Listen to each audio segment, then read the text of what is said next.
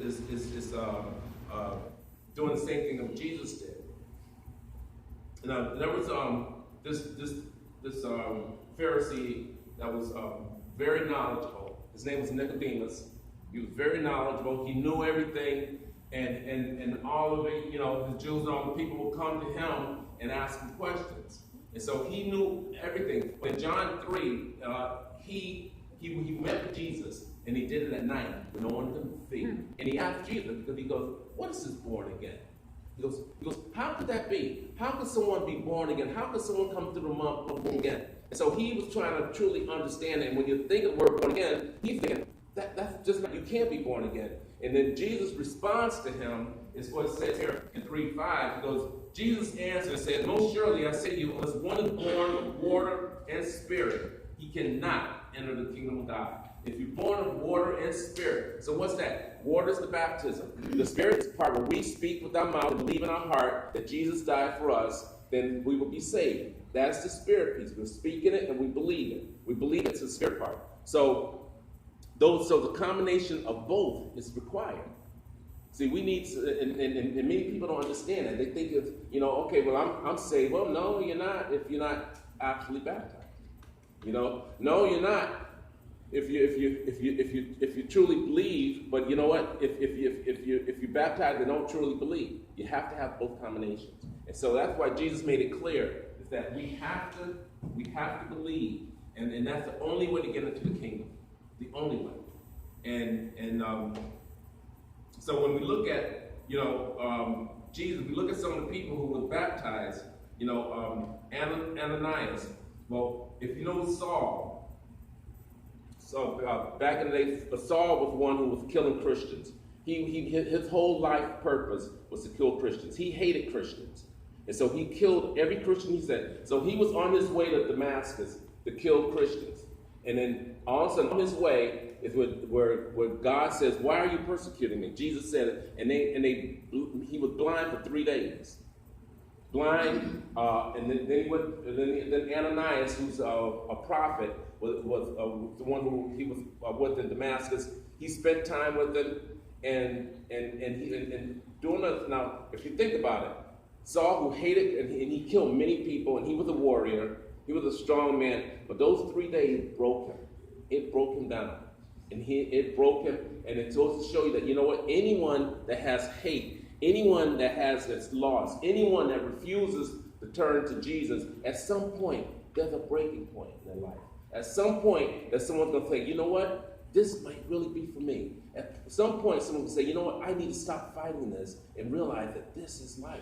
And the Spirit is the Spirit that talks to us in our minds and our thought. That's how God is. And when we have a choice of two spirits, the spirit of evilness or the spirit of love and God, then we start to learn and realize that the Spirit of God is much more powerful. Not only is it powerful, but it does blessings to us. So Saul now spending 3 days being blind, and so now Ananias tells him about it. So in their conversation, he says, he says, "Okay, well, you know what? I need to do the work of the Lord." And so, and Saul's name was changed to Paul. Paul is the same person, the same Saul who changed his name to Paul, was blind for 3 days, converted, who hated Christians and killed Christians, is the same Paul that taught the churches of all in the New Testament. He taught the Ephesians, he taught Timothy, he taught Corinthians, all the ones in the Bible. He's the one who's writing. He's the Paul. So if you think about his prior to him doing the ministry, he was killing and he was hating. So if God used someone of that nature, what can he do? Imagine what he can do for us.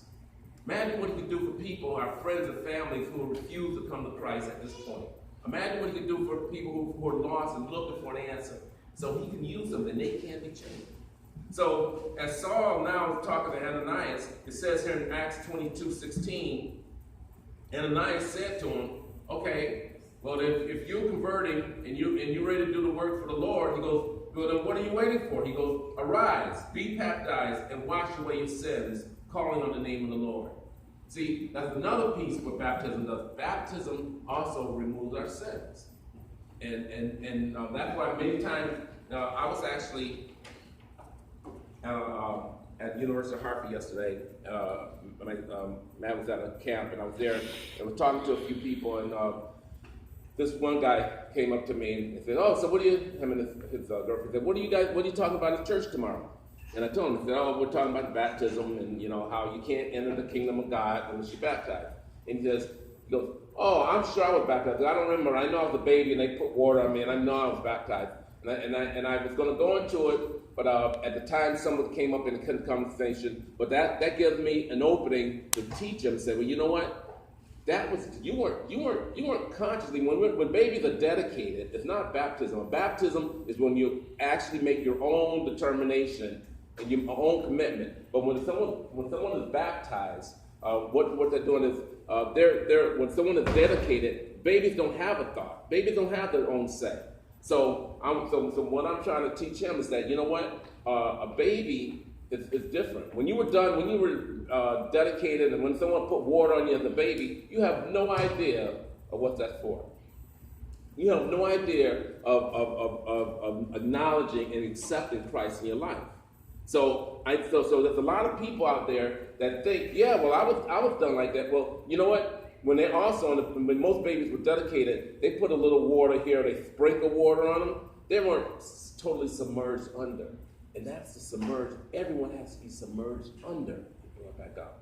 See, so it opens the door for me to talk to him, and I absolutely plan on teaching him and so that he can understand. You're not baptized by having when you were a young baby and you didn't know. This says here, if you believe in your heart, that Jesus died for you, and believe in God and baptized, you're saved. Well, when you're a baby, babies aren't going to believe.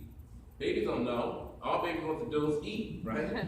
So they're not going to know. So there's a lot of people who think they were baptized when they're young, but they're really not. So they really don't know. And they think they're getting in the kingdom of God, but they're not. So it's important.